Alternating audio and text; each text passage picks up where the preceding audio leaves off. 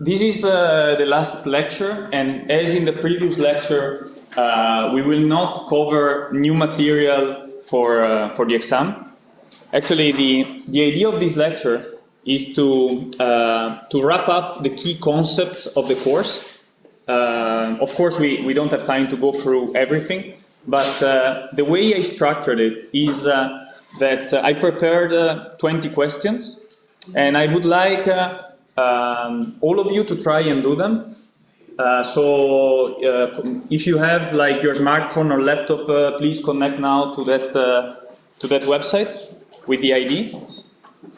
So the idea is that we won't be able to cover all the 20 questions in the time that we have here. So I'll put the rest of the questions online in the slide. The exam is not multiple choice, of course. So the way I structure here the questions is not exactly the same questions or the type of question you find at the exam. But I think it gives you an idea of the level of detail, and it helps you wrap up at least the key concepts. So of course the calculation that I put here today are just more conceptual. They are a bit shorter, so you can find, of course, longer calculation. If you need a formula, I put it in the slides in order to simulate what you have at the exam where you have your 15-page summary available. And yeah, so I would say we won't ask you at the exam to do, for example, to reproduce the proof of like the best limit demonstration or so on. And we won't ask you to tell us exactly some numbers about the penetration of a given technology. So it's not about knowing this number in specific, of course, but we do want you to be familiar and to know what is the average efficiency of a heat pump compared to a boiler, to know why an electric vehicle could be better than another technology. So this kind of thing should be something that you have acquired during the course.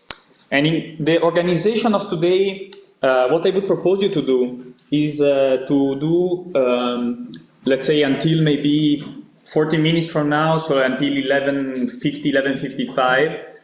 Then Professor Maréchal will arrive a bit later. He's coming from Bern. He should be here on time, and he will do a shorter lecture of like half an hour, so that you finish again at 12:45. So. I would say let's start. So as I said, there are 20 questions. Let's see how many we're able to cover with some quick calculations. And take this opportunity also to ask questions if something is unclear and so on. Huh? So first one.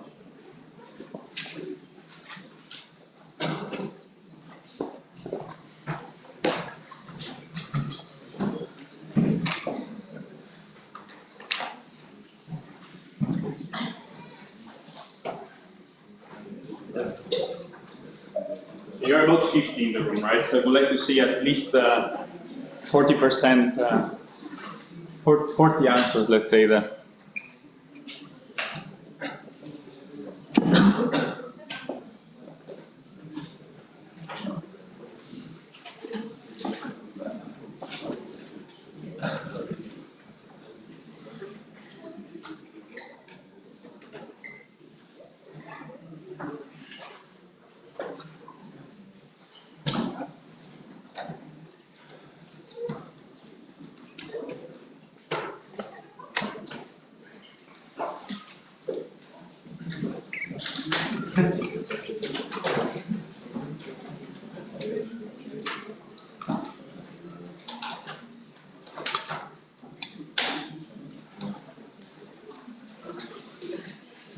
So I should have added an option of saying for some questions like I don't know. What I will do is that if you don't know the answer, either you try to guess or you just, because I would like to know also how many feel uncomfortable with some of the questions. I hope not too many with this one. But I have to tell you that unit conversion is impressively the most found mistakes in exams. And I found major mistakes also in some peer-reviewed paper with 2,000 citations, like major, and the 3.6 normally is the mistake in the exam. So. Okay, is still anyone answering? Okay, now so let's close this first one. Who doesn't have any clue of how to calculate this? Okay. Still someone answering or? Okay.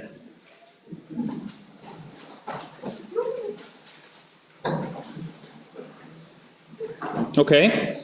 So there's still 20% of people who did wrong on this one. So okay, let's see. It's something anyway quite important. Let's see how you convert this unit, right? So this is the calculation you have to do in this case. So you know that 1 kilowatt is 1 kilojoule per second, 1 hour is 3,600 seconds, okay? So what I advise you, and I know these kind of things might seem very simple, but I tell you that this is the mistakes we normally find in exams. I mean, I know you are much better than the students that last year, but still, it might be that you also do some mistake. So what I advise you to do, I told you also last time, when you have this kind of conversion, let's say you have to convert, I don't know, 3, let's say, kilowatt hour in megajoule, what you can always do is to multiply this by 1, okay? And 1, for example, is equal to 3 kilowatt hour times, so this ratio, it means that 1 kilowatt hour is equal to 3.6 megajoules. Okay? So when you do conversion at the exam, I really recommend you to always use this kind of approach. Always multiply the unit by something which is equal to 1, so a ratio that you know. And in this way, you will very difficultly do any mistake in your calculations. Okay? So, second.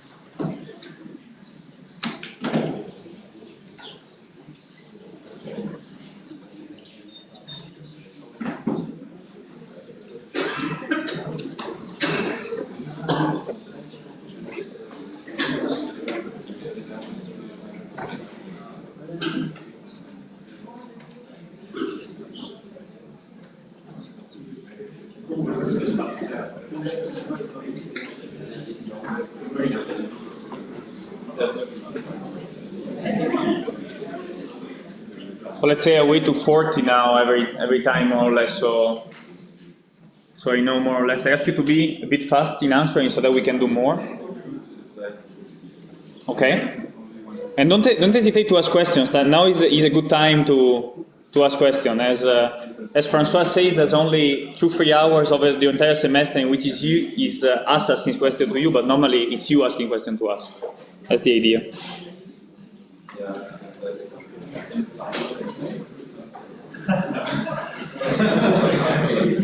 I think if you look in the dictionary under the word confusion, this is the this is statistically okay.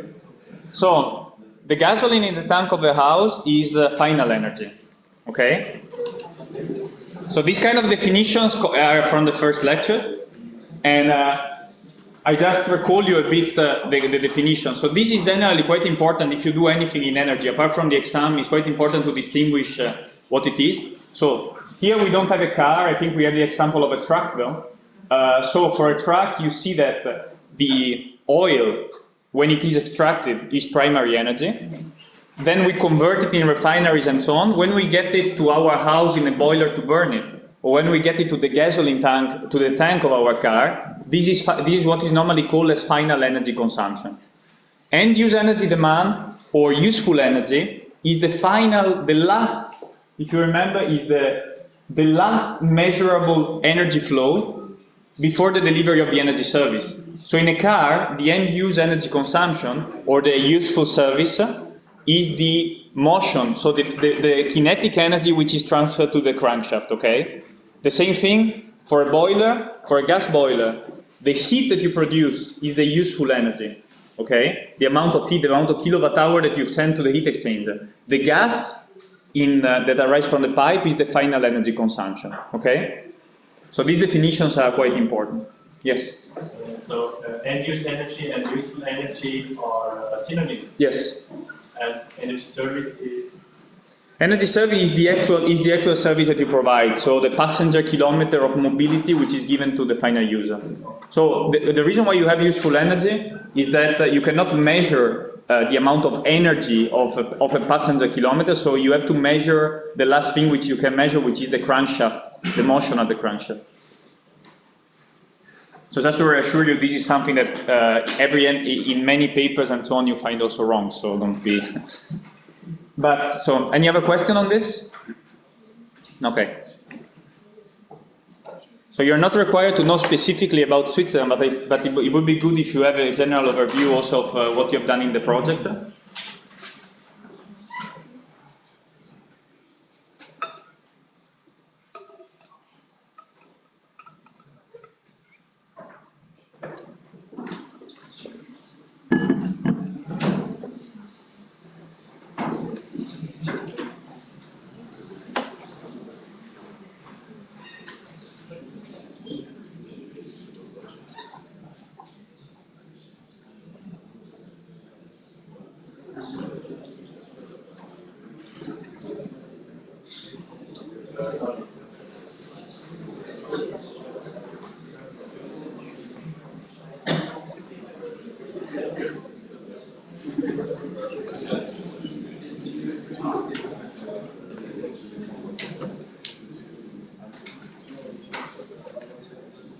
Okay.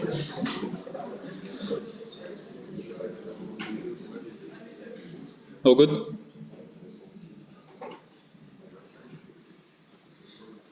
Okay, good. So, of course, this is again, I told you, we're not asking you exactly the energy balance of Switzerland, but after having worked 3-4 months on the model, it's good that you have this information.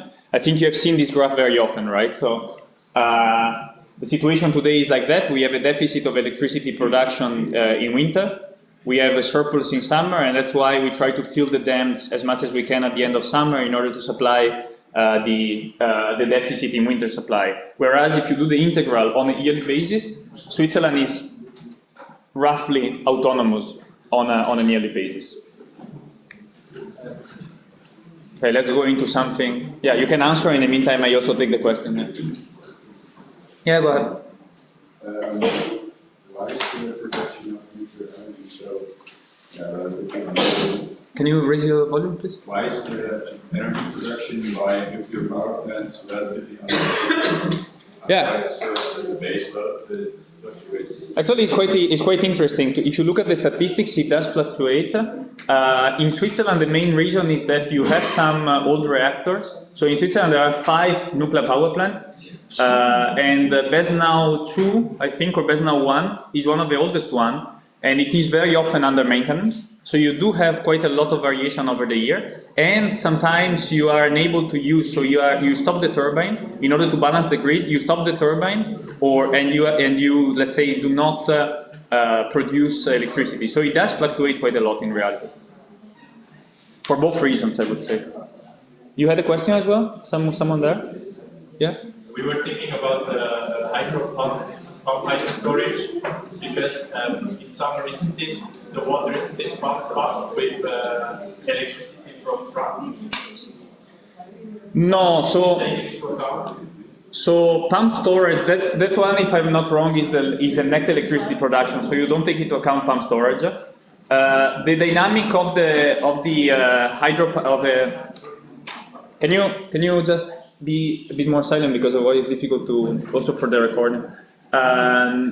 What happens is that the day-night game is something that you do day and night, normally.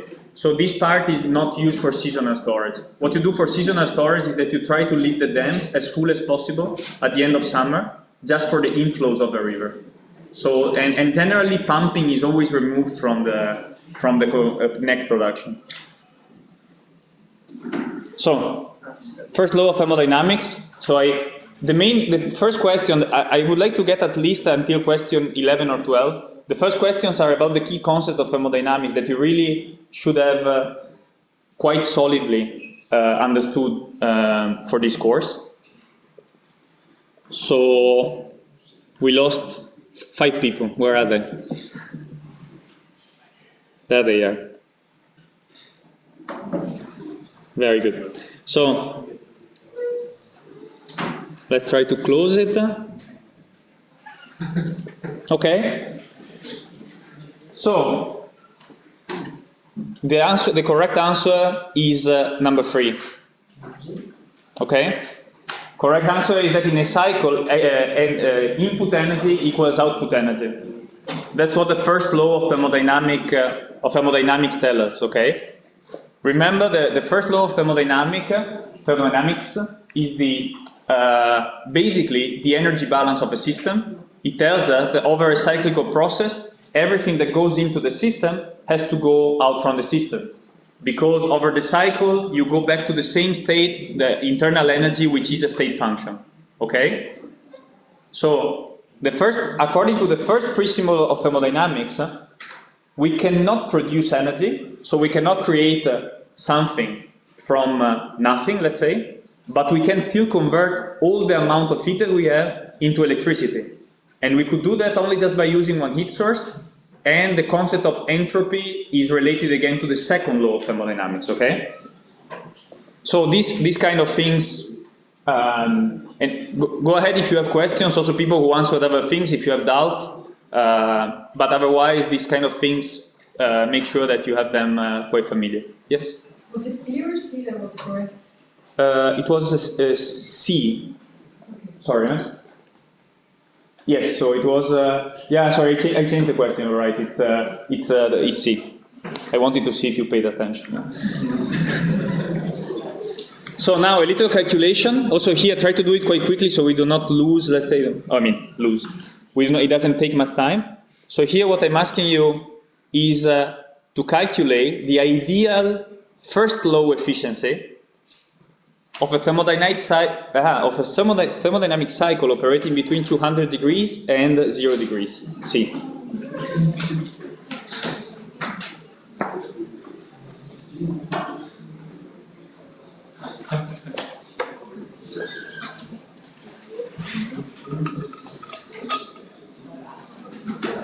So you see that down there I put the formula because I assume that at the exam this formula, you'll have it written down on your notes, right, in your summary.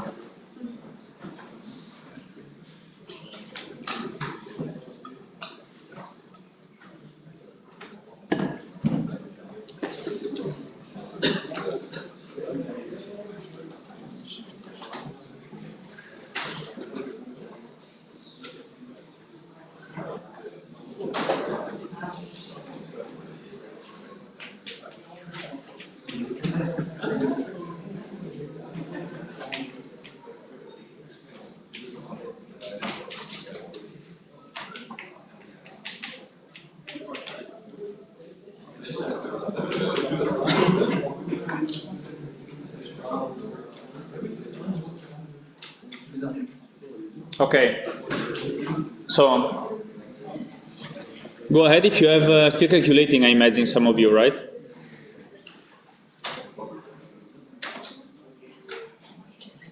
Give me any sign of life. Okay, so let's see this one.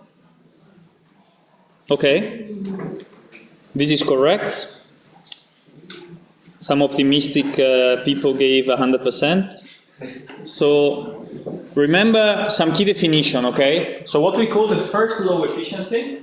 So the first law efficiency is the ratio between the work we produce out of a cycle and the heat we give in input, okay? The maximum possible first law efficiency comes from the theorem of Carnot, okay? And is expressed by the Carnot factor, which is 1 minus T cold minus divided by T hot. So this is the maximum theoretical efficiency we can get to, okay?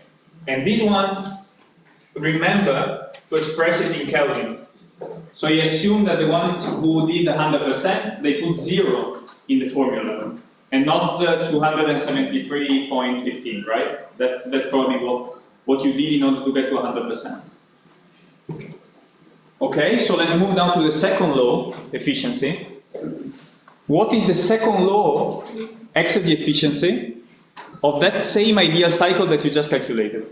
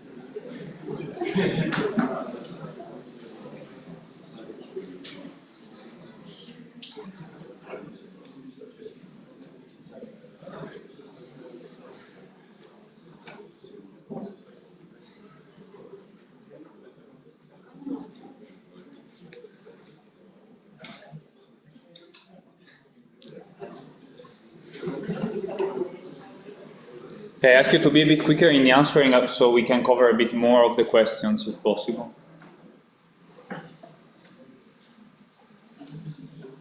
Also because if you are calculating for this question, then you're already wrong. Okay, can I close this one? Yeah?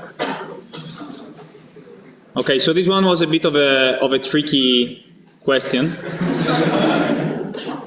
So, this was a bit of a tricky question. So, what is the second law efficiency?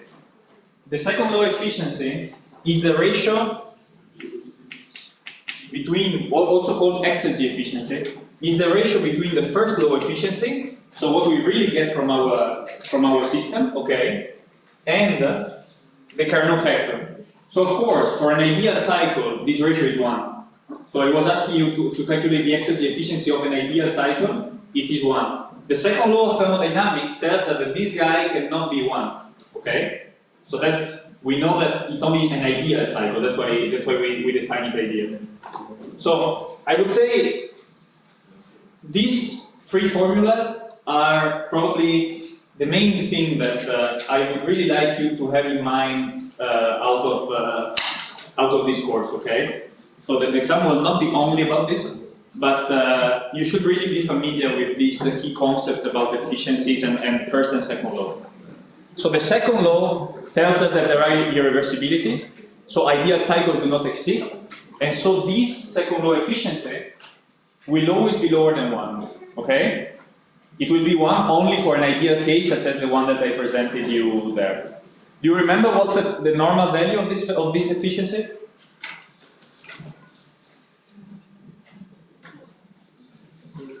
Try. It's between 0 and 100 as a suggestion.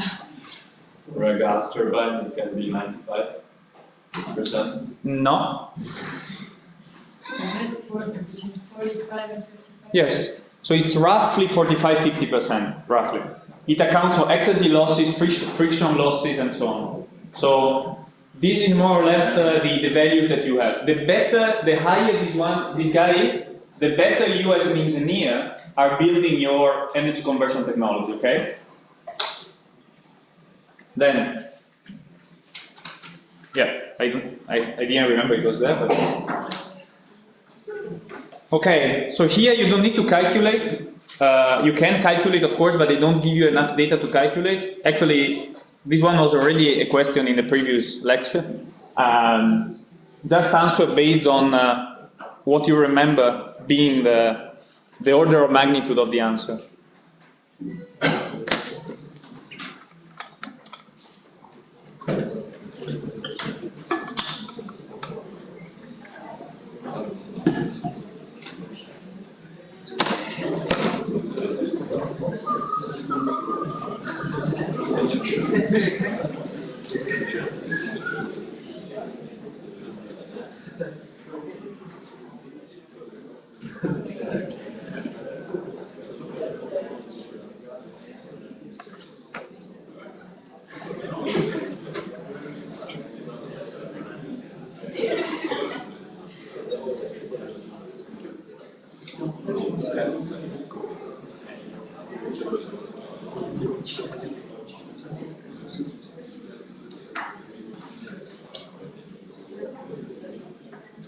Okay, so I close also this one. If you want to change the answer, the system saves the last one, I think. Huh? Apparently, modern technology is even able to do these things.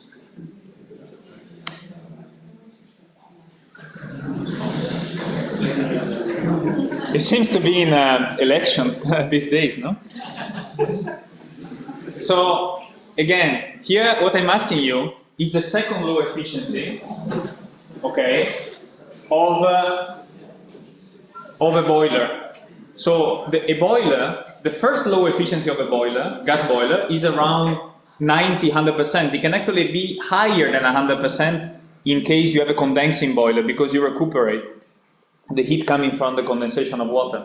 And by saying this, I answer the next question, actually.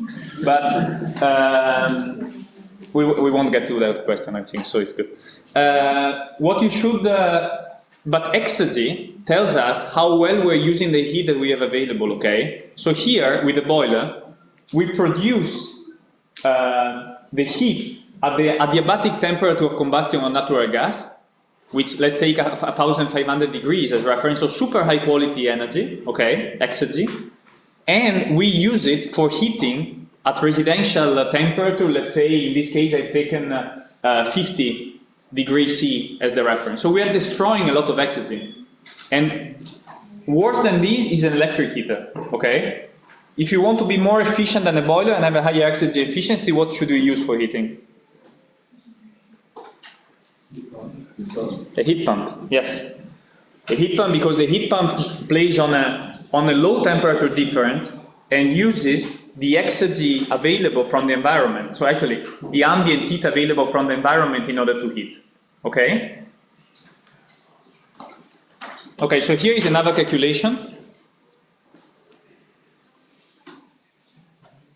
So here I'm asking you to calculate the real COP of a heat pump, which is operating between a cold source at 10 degrees and which is delivering heat at a varying temperature between 50 and 35 degrees.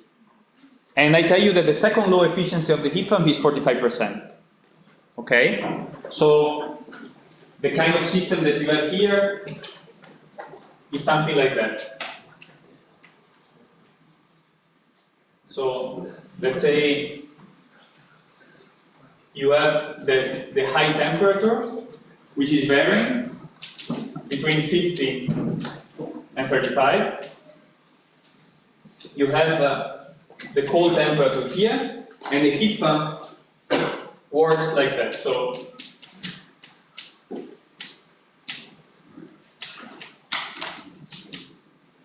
okay, so it transfers heat from these temperatures, okay?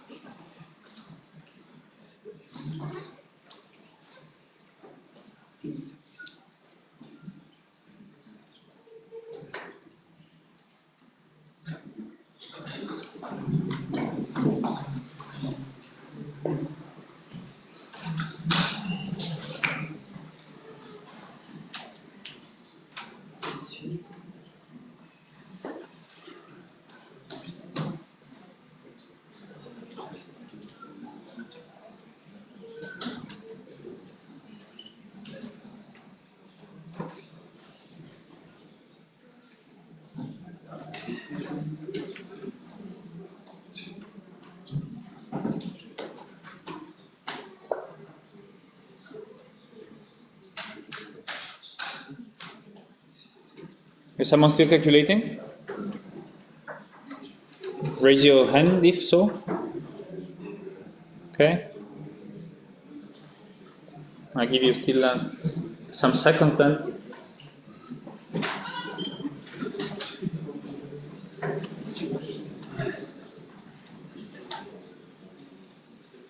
Okay.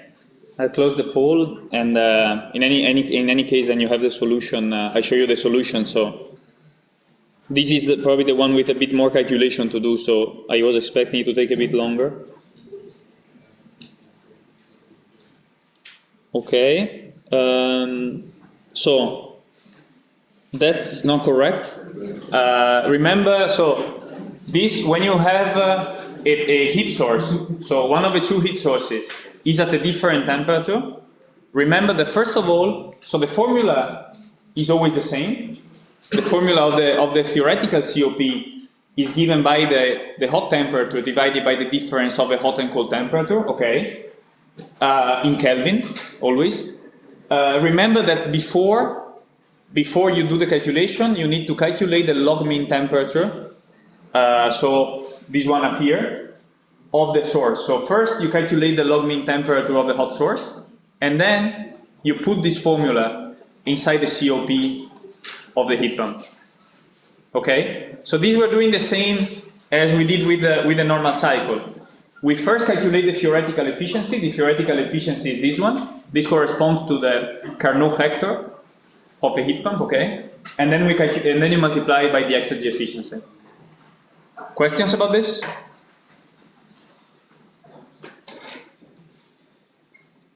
Okay, so is it okay to do still maybe, so it's almost 45, is it okay for you to do still another 10-15 minutes or, okay, then I'll stop at around 55 and then you have your break later, also because it's super fun, you know, it's super fun to do this. I mean, I enjoy it a lot, I hope you do that, I hope you do.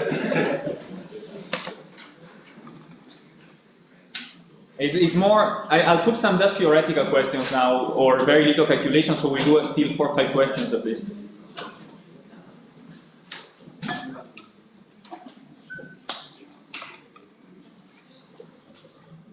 So this question, for example, shows you that one of the questions at the exam could be, for example, to be able to describe what a Rankine cycle is. And you should know what the components are, how the cycle looks like, how we can improve its efficiency, what is the normal efficiency of the cycle. So this information, you should have it. We are not asking you to do exercises with the TS diagram, but we do want you to know what is the normal, what a Rankine cycle is, okay?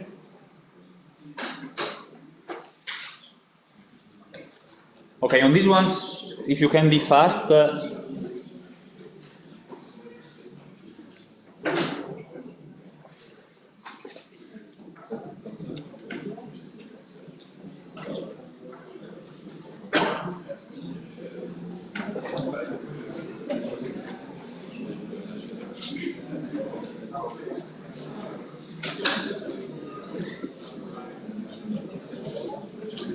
Okay, so I close it.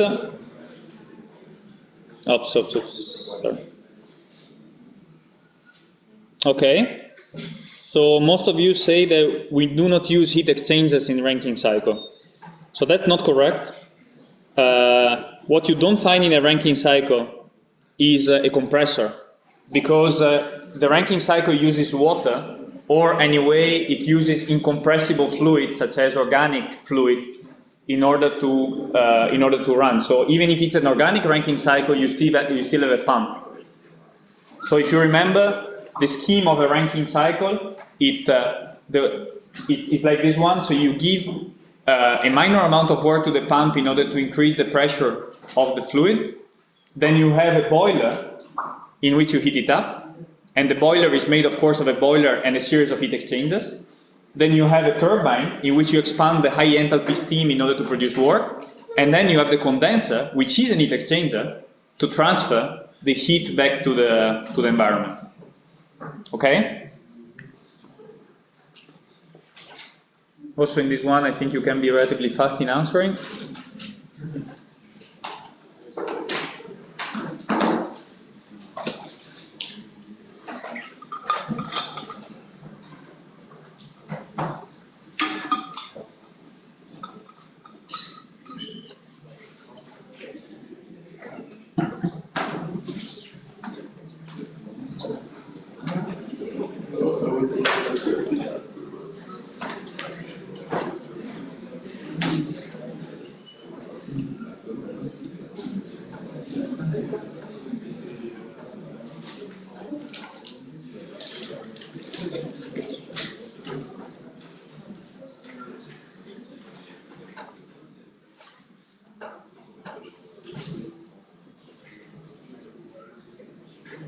Okay.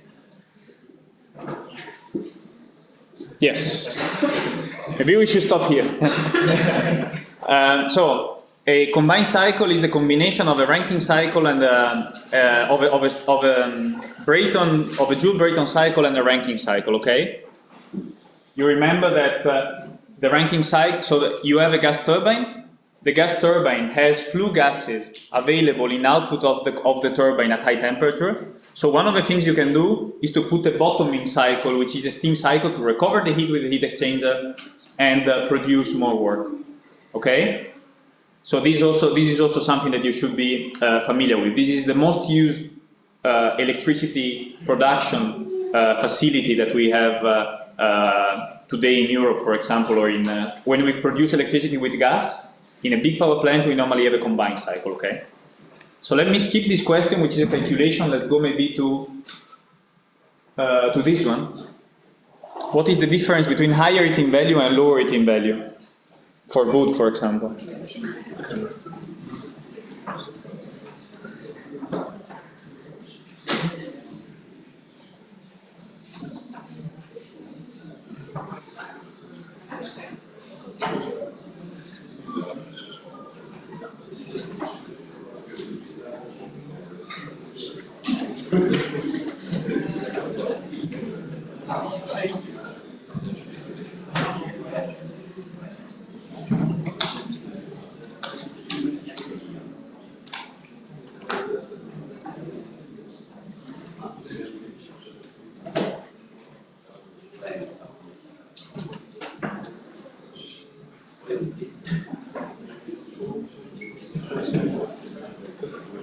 Okay, so let me close this one as well.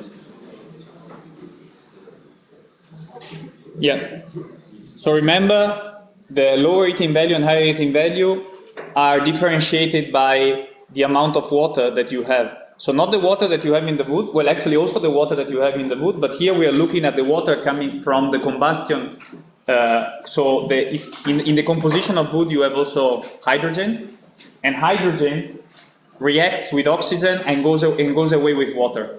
So in a normal boiler that you have at home, you have to evacuate the heat at around 150 degrees or so, because you don't want this water to condensate, and because of technical problems. In modern boilers, you evacuate at 25 degrees or so. You recuperate also the heat. You recover the heat of the condensation of water as well. Okay, and that's why you can exploit the higher heating value of boilers, and that's why the new modern boilers, we say that they have an efficiency higher than 100%, because the efficiency is normally calculated on the lower heating value.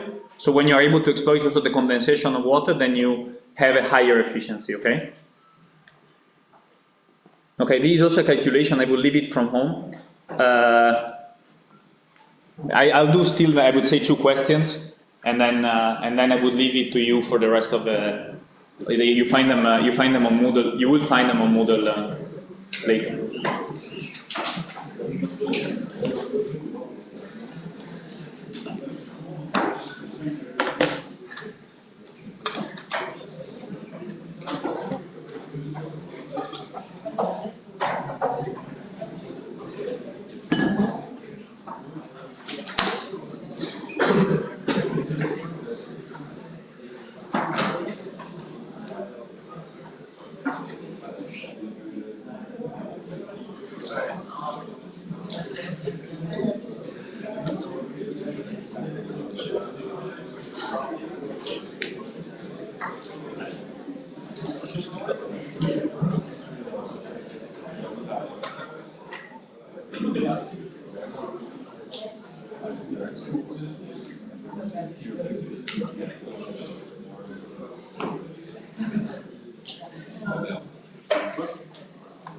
Okay. So something I didn't tell you, we're recording who answers D in this question. So no, it's anonymous. So correct. Remember, the wind turbine power does not depend on the number of blades, at least the theoretical power. It does depend on the rotor size and the speed of the wind, but the speed of the wind depends with a factor 3. So it's the cubic of the wind speed which influences the output power of the turbine. The area, so even the size, is of course pi times the square root of the radius. So of course in that case it has a factor 2. So the main impacting, the two key characteristics are the wind speed and the size, but the wind speed has a stronger dependency between the two. And I would say, let's go for the last question. I will take this one.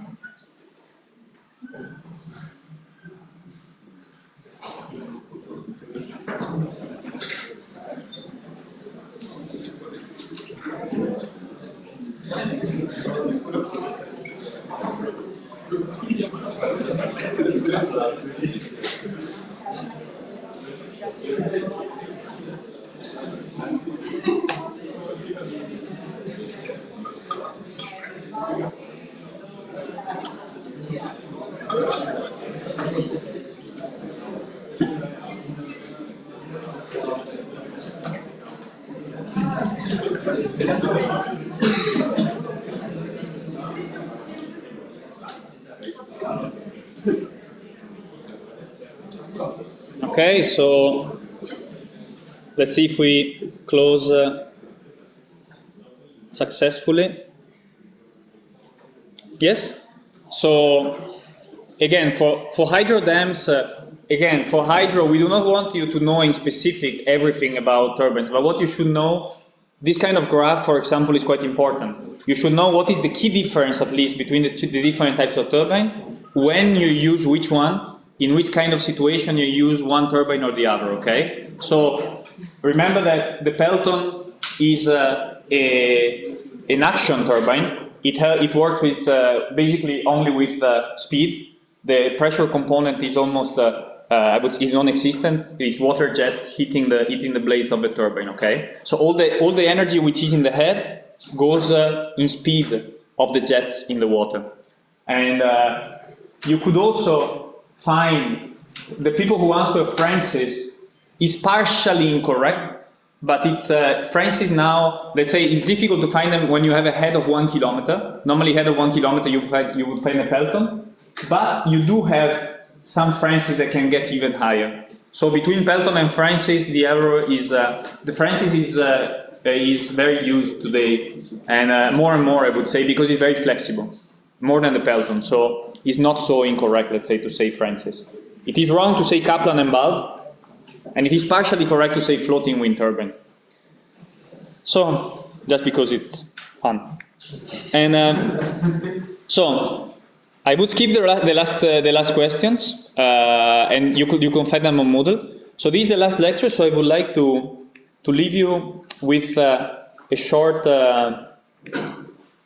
video, which I find quite a good summary of the of some of the concepts that we have expressed also during the course.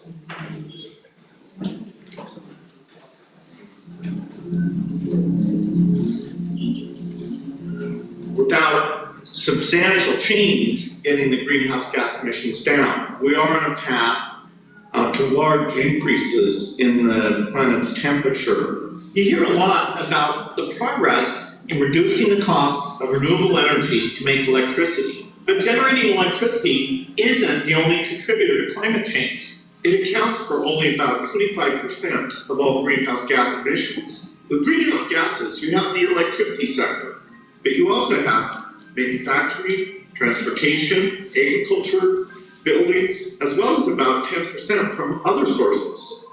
We need innovation, going out there and finding inventors across all these different areas and understanding their energy R&D activities to make sure that they have a path from their laboratory to scaling up into very large numbers. For electricity, wind energy and solar energy, prices are coming down. So the electricity sector has to either be able to store that energy or have other zero emission sources to maintain the reliability that we all depend on. Manufacturing. Here we're talking about all the stuff we buy, furniture, beds, cars themselves, all of those things. Just the very process of making cement is CO2 emitting. There's a lot of embedded energy. We'll have to change the way that we do that manufacturing. Transportation, immediately people think about passenger cars, and they are a big part of that. But transportation is quite broad. We've got railroads, we've got ships, we've got planes, and so every one of those has to get to zero emission. Agriculture. This is a category that often people forget about. Cows actually emit quite a bit of methane, which is one of the more powerful greenhouse gases. And so inventions like artificial meat may have to play a role here. Buildings. We need to invent different processes in order to get the energy used to running all these buildings down, way down to zero. The path to success is going to require innovation across every one of these sectors. So it is quite daunting. During this century, we not only need to invent all of these things, we actually need to deploy them at massive, massive scale. But in my experience, innovation can do magical things. Yeah, so I like this video as a conclusion of my part of the course, because the main message that I hope you got out of the course is that, I mean, we know that by 2050 or so on, we have to go towards an almost carbon neutral system. And one of the key errors that I would say are done is to think only of electricity, that as Bill was pointing out, it's only 25% of the entire system. If we want to decarbonize the entire system, the interaction between, for example, heating, electricity, so the penetration of heat pumps, the penetration of electric vehicles, is a key driver. And I hope that also with the project and so on, you got this main concept and you got the basics of the different technologies that will play a role if you are not familiar with them, or at least you got a revision of that. So, also, I think that seeing also your progress in the reports, I've seen that it has been improving from the first milestone to the third. So I hope that also that experience to use quite a hands-on project was positive for you. So from my side, it was my first time lecturing a course. It was from my side a quite positive experience. I hope it was useful also for you, and I wish you all the best for the exam and also for your career.